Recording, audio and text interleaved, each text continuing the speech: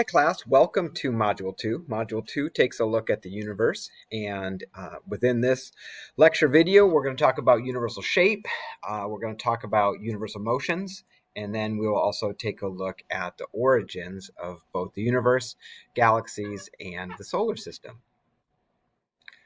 To begin, we're going to be talking about galaxies. Now, galaxies are the largest feature that we find within the galaxy. They are composed of billions, possibly even trillions of stars.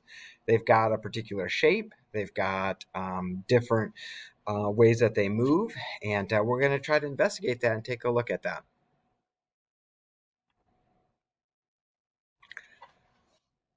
Spiral galaxies are the largest type of galaxy. When you take a look at the middle of the spiral galaxy, you're going to see that it has almost like a ball. Well, that ball of brightness is billions of different stars. Now, why would there be more stars in the middle? Let's go back to gravity. Gravity is a force that is pulling other objects that have mass together. And so when you have more materials, more mass, more gravity, and thus more stars and solar systems found in the middle of a galaxy. The outside of a spiral galaxy is called a flattened disk, and ultimately the solar system that we are a part of is out on one of these outer disks. But you measure the size of a galaxy from one side to the other side using light years. Now, the galaxy that you're looking at in the image most likely is about 100,000 light years from one side all the way to the other side.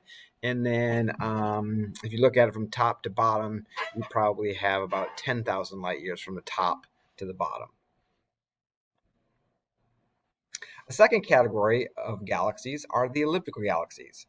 They're balls of lots and lots of different solar systems. And again, a solar system would be a star and planets. Now, again, the structure is more in the center and less on the outside. They're often smaller. So, in other words, instead of like 400 billion stars, maybe you're looking at closer to 50 billion stars. Or 150 billion stars. So again, they still have a lot of stars, but they're much smaller.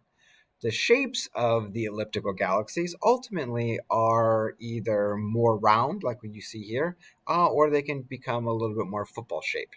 And in everything in science, those get measured and given a number in terms of a classification.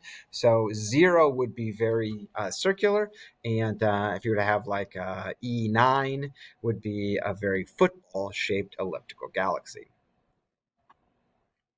The third type of galaxy really isn't a type. It's a one of the other two was changed, and so it's irregular.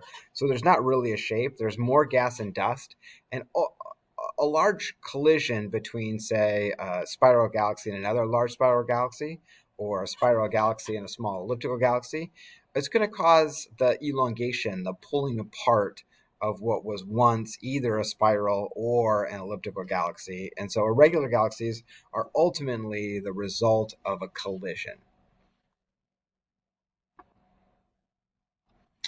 So when you take a look at them as you step back, there are definitely areas in the universe where you have a lot of galaxies that are all near each other. And then you have areas that are very void or non existent.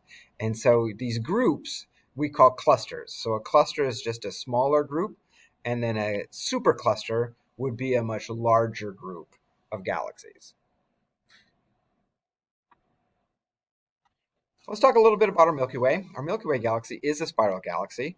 Now, we're not really looking at the Milky Way, it's a representation. And from one side to the other side, you have one side all the way to the other side. You're going to be about 100,000 light years. And from top to bottom, close to 10,000 light years. 400 billion stars. It's just an absolutely enormous galaxy.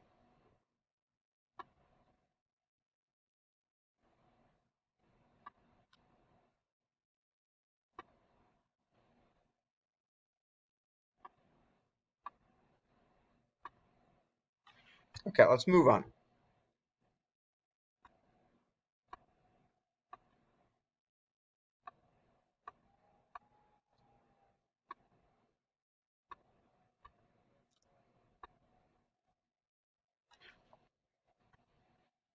Okay, so the Milky Way got its name because if you are outside and in a high elevation or a desert region, you get to see all the billions of stars that make up the Milky Way. And when you look to the center of our galaxy, you're going to see a lot more of these stars.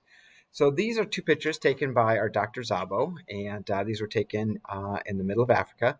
And you can again see that when looking into the center of our galaxy, just a tremendous amount of stars.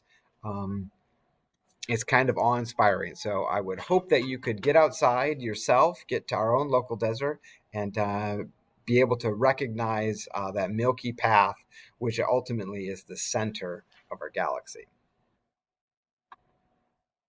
Okay, the last thing that I want to describe today is that when you're comparing a galaxy to a solar system, ultimately there's a lot of similarities. One, the shape, you can see again in our own solar system, there's a disc-like shape. And then you can also see that there's kind of rings and there's motions that are a part of it. But in between, from one star system to another star system, there's a huge amount of space. From one galaxy to another galaxy, there's a huge amount of space. And so there's just a lot of open space. And when you're reading the chapter, you'll learn a little bit about what is dark matter, and I'll talk about that in the next video.